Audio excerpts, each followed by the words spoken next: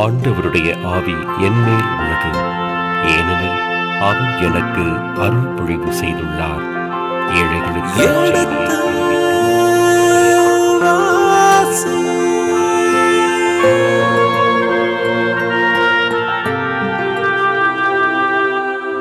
எடுத்து வாசி.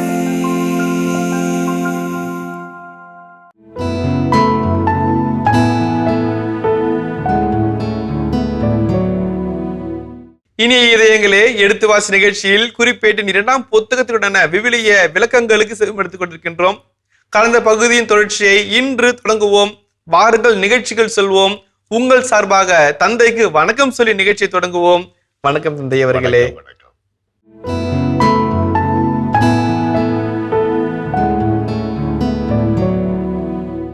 என் ஃப்ரெண்டு ஒருத்தர் என் பக்கத்துல உட்காந்து பேசிட்டு இருந்தாரு. வந்து அவனுடைய ஃப்ரெண்டு வந்து அவருக்கு ஃபோன் பண்றாரு. இவர் வந்து முத்துக்குமார் அவர் பேரு. அவர் ஃபோன் பண்றாரு. நல்லா இருக்கிறேன்டா, நீ நல்லா இருக்கியா அப்படின்னா, அதே மனைவி, அதே பிள்ளைங்க, அதே குடும்பம் தான்டா அப்படின்னு சொல்றாரு. இவர் சொல்றத பார்த்தாக்க வந்து அதே மனைவி, அதே பிள்ளைகள், அதே வீடு, அதே குடும்பத்தில் தான் இருக்கிறேன், எங்கேயும் வெளியே போகல அப்படின்ற மாதிரி சொல்றது பார்த்தோன்னே நான் சிரிச்சிட்டேன். அதாவது என்னன்னாக்க, நம்முடைய வாழ்க்கை என்பது ஏதோ கட்டிக்கொண்டோம் வாழ்வோம் என்பது அதல்ல. வந்தோம், வாழ்வோம், வாழ்ந்தோம், வாழ்வதை நிறைவாக வாழ்ந்தோம் என்கிற ஒரு மன நிறைவு இருக்க வேண்டும். கல்கத்தா, பாம்பே, பெங்களூர், சென்னை உள்ளிட்ட மாநகரங்களிலே கணக்கெடுப்பு எடுத்தார்கள். எடுத்த கணக்கெடுப்புகளிலே 40 முதல் 50 வரையுள்ள தம்பதியர்களில் அநேகம் பேர் வெர்ச்சுவல் டிவோர்ஸில் வாழ்கிறார்கள் என்று சொன்னார்கள். என்ன வெர்ச்சுவல் டிவோர்ஸ்? கணவன் மனைவியாக இருந்தாலும் அல்லது விவாகரத்து பெற்றவர்களை போல அவர்கள் வாழ்கிறார்கள். ஒட்டுதல் இல்லாமல், உறவு இல்லாமல், பாசம் இல்லாமல், நேசம் இல்லாமல், ஒருவர் அனுசரித்து போகாமல், நீ உனக்கே, நீ எனக்கே, ஒன்று உனக்கே என்கின்ற என்பது போல் வாழ்கிறார்கள். அது குறிப்பாக மாநகரங்களில் வாழ்கிற மக்கள் அப்படி என்று ஒரு ஆபத்தான ஒரு செய்தியை சொல்கிறது. அது வந்து ஒரு அழகான குடும்பங்களை உருவாக்கவோ, பிள்ளைகளை உருவாக்கவோ, பிள்ளைகளின் நலன்களை பாதுகாக்கவோ அது பயன்படாது. பிள்ளைகளுக்கு ஒரு நல்ல முன்னுதாரணத்தை தரவோ அதனால் முடியாது. ஆகவே அந்த சமயத்திலே பிரமாணிக்கம் என்பது மிக முக்கியமாக இருக்கும். இன்பத்திலும் துன்பத்திலும், உடல்நலத்திலும் நோயிலும், வாழ்விலும் தாழ்விலும் உமக்கு நான் என்றும் பிரமாணிக்கமாக இருந்து என் வாழ்நாள் எல்லாம் உன்னை நேசிக்கவும், இல்லைங்களா, மதிக்கவும் வாக்களிக்கிறேன். நம்ம வாக்குறுதி கொடுத்தோம் இல்லைங்களா? அதான வாக்குறுதி. அது வாக்குறுதி அல்ல, வாழ்வின் உறுதி. வாக்குறுதி அல்ல, வாழ்வின் உறுதி. அதை இறுதி மட்டும் உறுதியாய் பற்றி கொண்டு வாழ்கின்ற, பிரமாணிக்கத்தோடு வாழ்கின்ற, அதை அர்த்தத்தோடு உணர்ந்து வாழ்கிற, ஒவ்வொரு செயல்பாட்டிலும் அதை உணர்ந்து புரிந்து கொண்டு செயல்படுத்துகின்ற மனநிலைக்குள்ளாக நாம் வர வேண்டும். அப்படி வரும்போதுதான் நம்முடைய இந்த உண்மையான பிரமாணிக்கமுள்ள வாழ்க்கை. அதான் சாமி சொல்றாரு, பிரமாணிக்கமா இருந்தோம்னாக்க கடவுளுடைய ஆசீர்வாதத்தை பெற்றுக்கொள்வோம். பிரமாணிக்கம் இல்லை என்று சொன்னால் கடவுளுடைய ஆசீர்வாதம் கட்டாயம் கிடைக்காது. எனக்கு நன்றாக தெரியும். லூர்து என்கிற ஒரு சகோதரரை பற்றி நான் சொன்னேன். அவர் தன்னுடைய மகன் சாதாரண ஒரு வெல்டர். அதனுடைய மகன் MBBS படிக்க வேண்டும் என்று ஆசைப்பட்டார். ஒரு காரணத்திற்காக எவ்வளவு பாடுபட்டார். இங்கே அங்கே அலைந்து திரிந்து அவர்களுடைய ஆலோசனை, இவர்களுடைய பரிந்துரை என்றெல்லாம் பெற்றுக்கொண்டு எவ்வளவோ பாடுபட்டார். தன்னுடைய மனைவியினுடைய முழு ஒத்துழைப்பை அவர் பெற்றுக்கொண்டார். 2 பேரும் சேர்ந்து அவ்வளவு பாடுபட்டாங்க. சின்ன பையன் படிக்கணும்னு ஆசைப்படுறான், MBBS படிக்கணும்னு ஆசைப்படுறான். நம்மகிட்ட பெரிய அளவுக்கு பணம் கொடுத்து பிரைவேட்ல சீட்டு வாங்குற இடம் இல்லை, கவர்மெண்ட்லேயே கிடைக்குமா என்று சொல்லி இன்றைக்கு பார்த்தால் அந்த பிள்ளை 4ஆம் ஆண்டு MBBS முடிச்சிருச்சு. மனதிற்கு அவ்வளவு சந்தோஷமா இருக்கிறது. கணவனும் மனைவி இணைந்து போராடுகிற வாழ்க்கை வெற்றியை தவிர வேறு எதையும் கொண்டு வராது. அதில் ஒத்த பேர் பிரிஞ்சு நின்று போராடினாலும் வெற்றி வருவது என்பது சாத்தியம் அல்ல. இருவரும் இணைந்து போராட வேண்டும். அது நன்மையோ தீமையோ, துன்பமோ துயரமோ, இணைந்து போராடக்கூடிய ஒரு பிரமாணிக்கமுள்ள வாழ்க்கையை நாம் வாழ வேண்டும். மகிழ்ச்சியா இருக்கும்போது ஒன்றி திருந்து விட்டு துன்பம் வரும்போது பிரிந்து நிற்கின்ற நிலை அல்ல. அதல்ல பிரமாணிக்கமான வாழ்க்கை.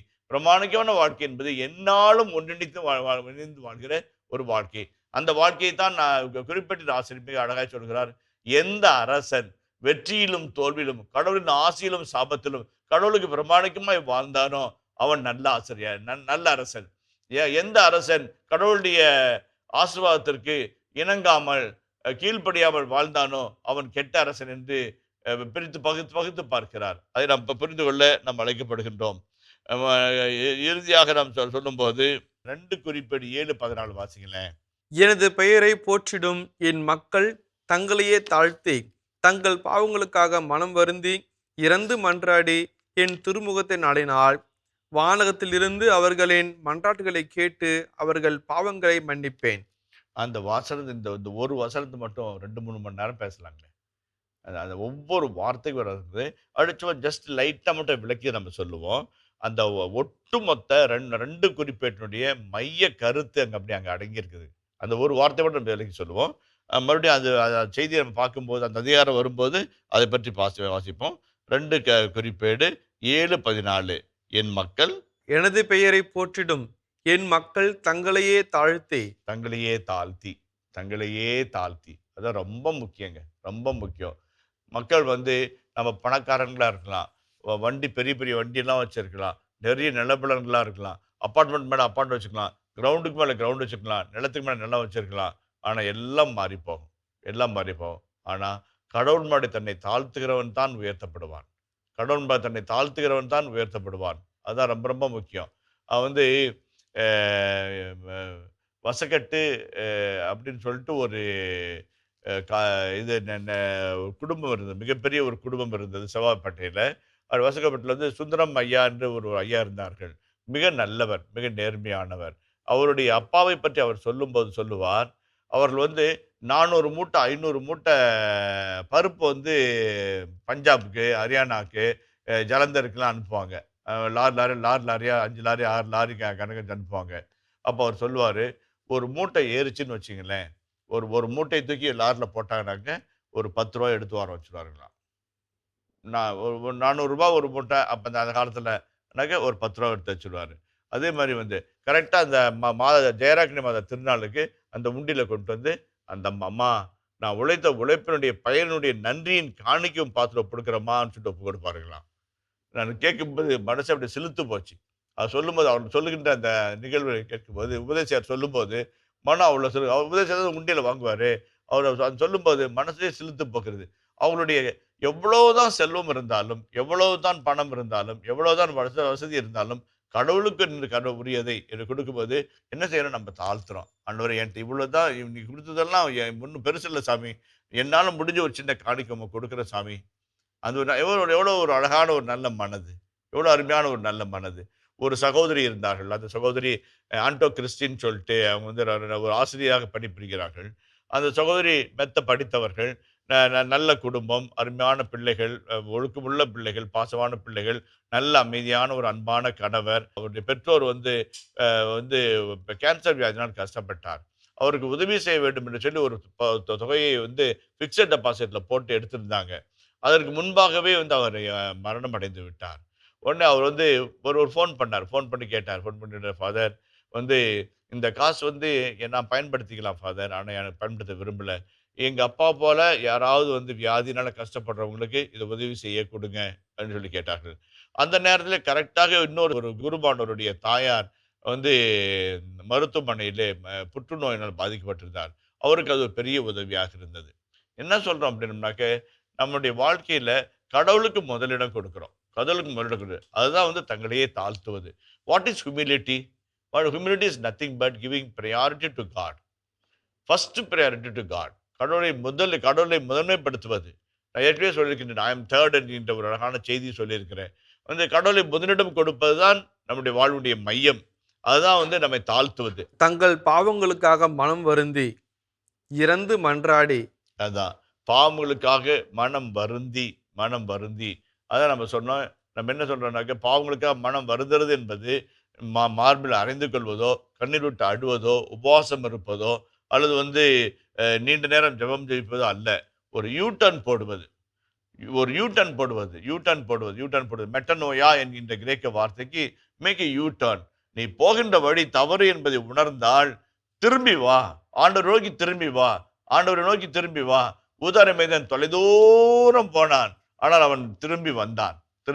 ஒரு யூட்டர்ன் போட்டு வந்தான். அதுதான் உண்மையாகவே மனம் வருந்தி என்பது. மனம் வருந்தி என்பது ஒரு சின்ன ஃபீலிங் கிடையாது. மனம் வருந்தி என்பது ஒரு சென்டிமெண்ட் கிடையாது. அது வந்து ஒரு செயல்பாடு, வாழ்வின் செயல்பாடு. அடுத்தது, தங்கள் பாவங்களுக்காக மனம் வருந்தி இறந்து மன்றாடி. இறந்து மன்றாடி, இறந்து மன்றாடி. இறந்து மன்றாடி என்றால், மன்றாடி என்றால் வேண்டுதல், ஜெபம். இறந்து மன்றாடி என்றால் மிகுந்த தாழ்மையோடு மன்றாடுதல், தாழ்மையோடு மன்றாடுதல்.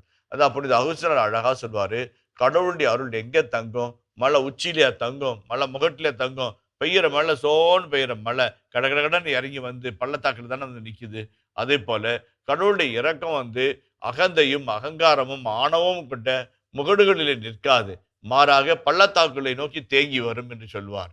அந்த வகையில பார்க்கின்ற பொழுது கடவுளுடைய அருளை தேங்கி நிற்கின்ற இறந்து மன்றாடுகிற தாழ்மையோடு தன்னை அர்ப்பணித்து மன்றாடுகின்ற ஜெபத்திலே. அடுத்து வாசிங்களேன். தங்கள் பாவங்களுக்காக மனம் வருந்தி இறந்து மன்றாடி என் திருமுகத்தை நாடினால்.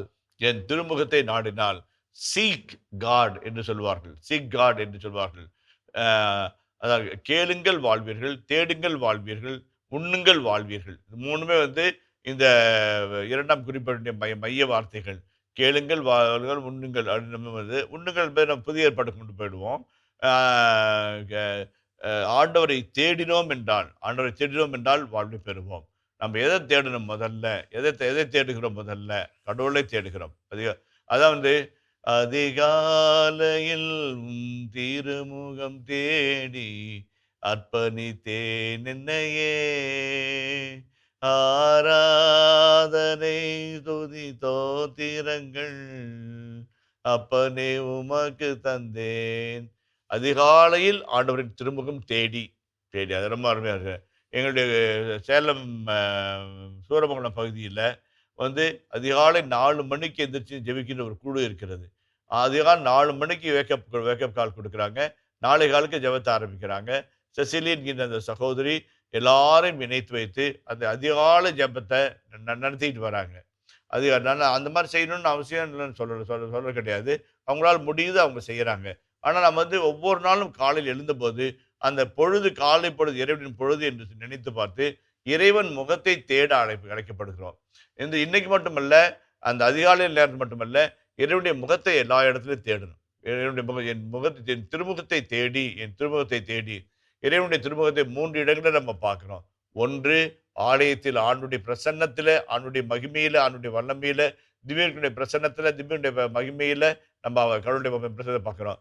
ஏழைகள் இடத்துல, அனாதைகள் இடத்துல, கைவிடப்பட்டவர்கள் இடத்துல கடவுளுடைய பிரசனத்தை நம்ம பார்க்கிறோம். 3வது, நம்மளோட மன்னிப்பு கேட்கிற ஒவ்வொருடைய முகத்திலும் கடவுளுடைய பிரசனத்தை பார்க்கிறோம். இந்த கடவுளுடைய பிரசனத்தை பார்க்கிறோம். இந்த 3 இடங்களில் நம்ம கடவுளை நம்ம கண்டுபிடிச்சிட்டோம் அப்படின்னோம்னாக்க வாழ்வு வளம் பெறும். நம்மை சிறந்த மனிதர்களாக, இறைவன் மனிதராக மாற்றிக்கிடுவோம். இன்னொரு வசனம் இருக்கு பாருங்களேன்.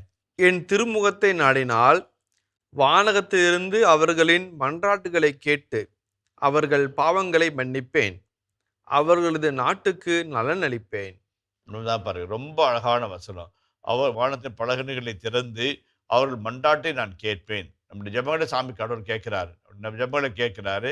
கேட்டு அவங்களுடைய நாட்டிற்கு நான் பலன் அளிப்பேன், நாட்டுக்கு பலன். நாம் ஒன்றி வாழும்போது அந்த நாட்டுக்கே பலன் பெறுகிறது, இந்த நாடே பலன் பெறுகிறது என்பதை ஆசிரியர் உறுதி செய்கின்றார். இந்த ஒரு வசனம் ரொம்ப மிக முக்கியமான வசனம். 2 குறிப்பேடு 7:14 என்பது மிக அழகான ஒரு வசனம். அதில் இருக்கிற ஒவ்வொரு வார்த்தையும், ஒவ்வொரு வெர்பும், ஒவ்வொரு வினைச்சொல்லும், ஒவ்வொரு செயலும் ரொம்ப அழகான அர்த்தத்தை நமக்குள்ளாக சொல்லுகின்ற அழகான செய்தியாக அமைகிறது. அந்த வகையில் பார்க்கும்போது இப்போ நம்ம வாழ்வியல் செய்திகளை சொன்னோம், இறையியல் செய்திகளை சொன்னோம். 2 பகுதியாக நம்ம பிரித்து சொல்லியிருக்கிறோம். இப்போ ஒரு இந்த கீ தியாலஜிக்கல் எலமெண்ட்ஸு அப்படின்னு சொல்லும்போது முக்கியமான இறையியல் சாவி, எந்த ஒரு சாவியை போட்டோம்னாக்க எந்த பூட்டில் திறக்கலாம் அப்படின்றது முக்கியமாக இருக்கணும். சில சமயத்தில் பாருங்க, ஒரு கொத்து சாவியை கொடுத்து அதான் அங்கே பூட்டுக்கு திறந்துக்க அப்படிமா, கொத்து சாவியை பார்ப்போம், ஒரு 10 சாவி இருக்கும், இதை போட்டு எப்போ திறந்து எப்போ உள்ள போய் அப்படி நம்மளோட யோசனையா இருக்கும். இதே அதுல 612 நம்பர் சாவிடா பாடுறா அப்படின்னாக்க டக்குன்னு 612 நம்பர் பூட்டு, 612 நம்பர் சாவி டக்குன்னு திறந்துக்கலாம். அந்த வகையில் பார்க்கும்போது ஒரு 6 இறையியல் சாவிகளை நம்ம சொல்வோம். அதுவும் யாருக்கே மேற்கண்ட கருத்துக்கள் தான். இருந்தாலும் அதை தொடர்ந்து பார்க்கும்போது இதாக இருக்கும். ஒன்று இதுவரைக்கும் நம்ம சொன்னது எல்லாமே மனிதர்கள் கடவுளுக்கு என்ன செய்யலாம் என்று சொல்லி குறிப்பேடு புத்தகத்தில் கடவுளுடைய பிரமாணிக்கத்தை வலியுறுத்தி சொல்கிறது. நம்ம எந்த அளவிற்கு கடவுளை தேடுகிறோமோ அதை விட மிச்சமா, அதை விட அதிகமா கடவுள் நம்மை தேடி வருகிறார். நம்மை தேடி வருகிறார். நமக்கு பிரமாணிக்கமுள்ள கடவுளாக இருக்கின்றார். அதான் வந்து மிக அழகான ஒரு செய்தியாக அந்த பகுதி சொல்கிறது. அதுவும் குறிப்பாக பவுலடிகளார் சொல்றது போல, கடவுள் தாம் தந்த கொடைகளையும் பரிசுகளையும் திரும்ப பெறுவது கிடையாது. திரும்ப பெறுவது கிடையாது. ஒரு கடவுள் ஒரு பரிசை கொடுத்தாரு, ஒரு கொடையை கொடுத்தாருன்னா திரும்ப வாங்கிக்கவே மாட்டாரு. அதை போலவே இந்த இறைவனுடைய உடன்படிக்கை என்பது முறிவுபடாத உடன்படிக்கை. முறிக்கிறது யாரு? நாம. நாம முறிக்கிறோம். நாம முறிச்சு, நாம பிரிஞ்சு, நாம வேண்டாம்னு சொல்லி ஒதுங்கி, நாம தவிச்சு போய் போறோம். ஓகே, அதை வந்து கடவுளுடைய முறிவுபடாத பிரமாணிக்கம் உள்ள உடன்படிக்கையினுடைய அன்பை இந்த புத்தகம் மிக அழகாக சுட்டி காட்டுகின்றது. அது நிறைய சமயத்தில் அதனுடைய செய்திகள் நம்ம பார்க்கலாம். அந்த வசனங்களில் நம்ம சொல்லும்போது 2 குறிப்பேடு 15ஆம் அதிகாரம் 15ஆம் வசனத்தை வாசிப்போம். இதன் பொருட்டு யூதா மக்கள் அனைவரும் மகிழ்ந்தனர், ஏனெனில் அவர்கள் தங்கள் முழு இதயத்தோடு ஆணையிட்டார்கள், ஆர்வத்துடன் அவரை நாடி கண்டடைந்தார்கள். ஆண்டவரும் அவர்களுக்கு எத்திக்கிலும் அமைதி அளித்தார். அதான், முழு இதயத்தோடு ஆணையிட்டார்கள், ஆர்வத்துடன் அவரை நாடி கண்டடைந்தார்கள். ஆண்டவரை நாடி கண்டடைந்தார்கள். ஆண்டவரும் அவர்களுக்கு எத்திக்கும் அமைதி அளித்தார். எல்லா பகுதிகளிலிருந்தும் ஷலோம் ஷலோம் ஷலோம் ஷலோம் என்று அமைதி அளிக்கின்றார். எப்படி? ஆண்டவரை தேடினார்கள், ஆண்டவர்கள் ஆணையிட்டு வாழ்கிறார்கள், ஆண்டவரை தேடி வாழ்கிறார்கள். அப்படி வாழும்போது கடவுளுடைய சமாதானத்தை அவர் பெற்றுக்கொள்கிறார்கள். வந்து அந்த உடன்படிக்கை, நான் உங்கள் கடவுளாய் இருப்பேன், நீங்கள் என் மக்களாய் இருப்பீர்கள். அப்ப எப்ப அது அந்த உடன்படிக்கையுடைய அடிப்படை சாராம்சம். அதை வந்து நிறைவேற்ற அதை வந்து மிகவும் ஆசிரியர் வலியுறுத்தி சொல்கின்றார். இரண்டாவதாக பார்க்கின்ற பொழுது இம்பார்ட்டன்ஸ் ஆஃப் ட்ரூ வர்ஷிப், இறை வழிபாட்டினுடைய உண்மை தன்மை. உண்மையான வழிபாடு என்பது என்ன? உண்மையான வழிபாடு என்பது வெறும் ஆடு மாடுகளை ஒப்பு கொடுப்பதோ, அல்லது பாடல்கள் பாடுவதோ, இன்னிசை இசைப்பதோ, அல்லது வந்து காணிக்கைகளை செலுத்துவதோ மட்டுமல்ல. நேர்மையான வாழ்வு, உண்மையான உள்ளம், கரைதரை இல்லாத தூய்மையான உள்ளம், இப்படிப்பட்ட தூய வாழ்வோடு இணைந்த ஒரு வழிபாட்டை ஆண்டவர் விரும்புகின்றார் என்பதை ஆசிரியர் அடிக்கோடிட்டு சொல்கின்றார். மிகவும் வலியுறுத்தியும் பேசுகின்றார். கடவுளை வழிபடுவது என்பது வெற்று வார்த்தைகளினால் அல்ல, வீண் ஜபங்களினால் அல்ல, அல்லது வந்து பலிகளினாலும் இன்ன பிற பொருட்களினாலும் அல்ல. மாறாக உண்மையான வாழ்வினால், உண்மை, நன்மை, நேர்மை, நீதி, ஏழைகளுக்கு உதவுதல், அநியாயம் செய்யாதிருத்தல், அடுத்தவருக்கு வட்டிக்கு விடாதிருத்தல் உள்ளிட்ட பல்வேறு நிகழ்வுகளின் வழியாக உண்மையான வழிபாட்டை நீங்கள் கைகொள்ளுங்கள் என்று சொல்லி வலியுறுத்தி சொல்கின்றார். அதே போல பார்க்கின்ற பொழுது நம்முடைய ஜெபம் என்பது நம்மை மனமாற்றத்துக்கு அழைத்து செல்லும். நம்முடைய ஜெபம் என்பது நம்மை மனமாற்றத்திற்கு அழைத்து செல்லும் என்பதை ஆசிரியர் பல இடங்களில் வலியுறுத்தி சொல்கிறார். மக்கள் ஜெபித்தார்கள், வென்றார்கள். மக்கள் ஜெபிக்கவில்லை, இறைவனை மறந்தார்கள், தோற்றார்கள் என்று சொல்லுகின்ற அதே ஆசிரியர் ஜெபிக்கும் போது உண்மையான மனமாற்றத்தை அடைகிறோம் என்று சொல்கிறார். புனித லூயி மரி மான்ஃபோர்ட் அவர்கள் சொல்லும்போது சொல்லுவார், நீ ஜெபமாலை ஜெபிக்கிறாய் என்றால் சாவான பாவம் செய்ய முடியாது. சாவான பாவத்தில் இருந்தால் உன்னால் ஜெபமாலை ஜெபிக்க முடியாது என்று சொல்வார். எவ்வளவு அழகான வார்த்தை பாருங்க, எவ்வளவு அருமையான ஒரு வார்த்தை, அற்புதமான வார்த்தை அது. நீ சாவான பாவத்தில் இருக்கிறியா, ஜெபமாலை கையில் எடுக்க முடியாது, ஜெபிக்க முடியாது, உன்னால் முடியாது. அதே போல சாவான பாவத்தில் வாழும் நீ ஜெபிக்க முடியாதோ, அதே போலவே ஜெபிக்கின்ற நீ சாவான பாவம் செய்யாமல் இருப்பாய் என்ற ஒரு பாதுகாப்பு வளையத்தையும் பாதுகாப்பு கவசத்தையுமாக ஜெபத்தை நமக்கு சுட்டி காட்டுகின்றார். அந்த எவ்வளவு அழகான ஒரு வார்த்தையாக இருக்கிறது. அந்த வார்த்தையை நம்ம கரெக்டாக புரிஞ்சுக்கணும். அந்த வகையிலே பார்க்கின்ற பொழுது ஜெபத்திற்கான உண்மையான மன மாற்றத்திற்கு, ஜெபத்தில் வந்து 4 வகையான ஜெபங்கள் இருக்கிறது இல்லைங்களா? 4 வகையான ஜெபங்கள் இருக்குது.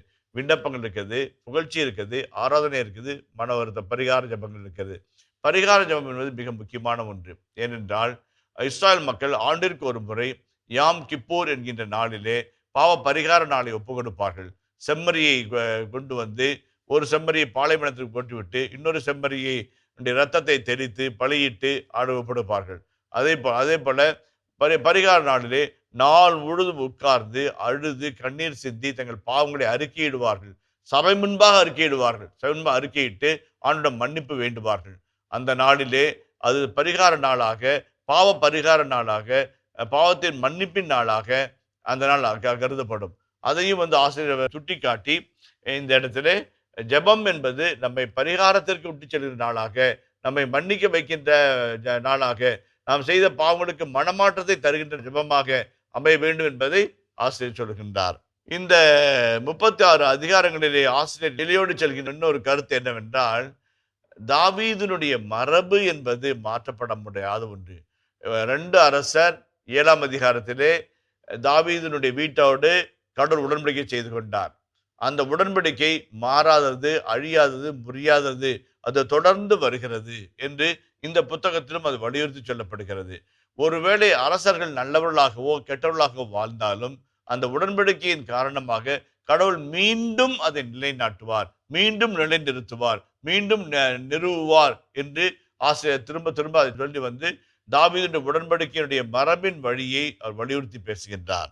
அதே போல கடவுளுடைய தண்டனை தீர்ப்பு வந்துவிட்டது. கடவுளுடைய தண்டனை தீர்ப்பு வந்துவிட்டது. அந்த தண்டனை தீர்ப்பை தொடர்ந்து அவருடைய இரக்கமும் அவருடைய மீட்பும் வருகிறது. கடவுளுடைய தண்டனை தீர்ப்பு வந்தாலுமே கூட அவருடைய மீட்பும் அவருடைய நன்மைத்தனமும் நம்மை தொடர்ந்து வந்து நம்மை மீட்டுக்கொள்ளும் என்று ஆசிரியர் நமக்கு ஆறுதல் படுத்துகின்றார். ஆறுதல் படுத்தி நம்ம நிலை குலைந்து போகாமல் இருக்க, நம் மனம் உடைந்து போகாமல் இருக்க, நாம் சீர்குலைந்து போகாமல் இருக்க நம்மை ஆண்டவர் சீர்படுத்துகின்றார். இதுதான் வந்து இந்த மைய கருத்துக்களுடைய அருமையான செய்திகளாக 6 சாவிகளை கொண்டிருக்கிறோம். இந்த சாவிகளை கொண்டு ஒவ்வொரு நிகழ்வுகளையும் நாம் வந்து திறந்து பார்க்க அழைக்கப்படுகின்றோம். நன்றி தந்தை அவர்களே. நீங்கள் சொல்லிக் கொண்டிருந்த பொழுதே இந்த இறையியல் கருத்துக்கள் என்னுடைய மனதுக்குள் ஓடிக்கொண்டிருந்தன. Theology of God, theology of worship, theology of prayer, theology of repentance, theology of helping each other அப்படின்னு சொல்லிட்டு ஒவ்வொன்றும் இதுலேயுமே கடவுள், வழிபாடு, ஆராதனை என்று ஒன்றுமாக நடந்து கொண்டு செல்கின்ற பொழுது நிறைய கருத்துக்களை இந்த ஆசிரியர் சொல்லாமலேயே தன் மக்களுடைய உள்ளத்திலே விதைப்பதை பார்க்க முடிந்தது. மேம்போக்காக சொல்லுகின்ற பொழுது அடி ஆழத்திலே இறையியல் கருத்துக்கள் ஒவ்வொன்றாக ஊன்றப்படுவதை பார்க்கின்றோம். அவை வளர்ந்து பலன் தருவதையும் பார்க்கின்றோம். எனவே இந்த ஆசிரியர் பொதுவாக இந்த முன்பாகவே இது நடந்தது என்று சொல்கின்ற பொழுது அது நடந்த ஒரு நிகழ்வை எடுத்து தன்னுடைய மக்கள் மத்தியிலே இறையியலை ஊற்றுவதை பார்க்கின்றோம்.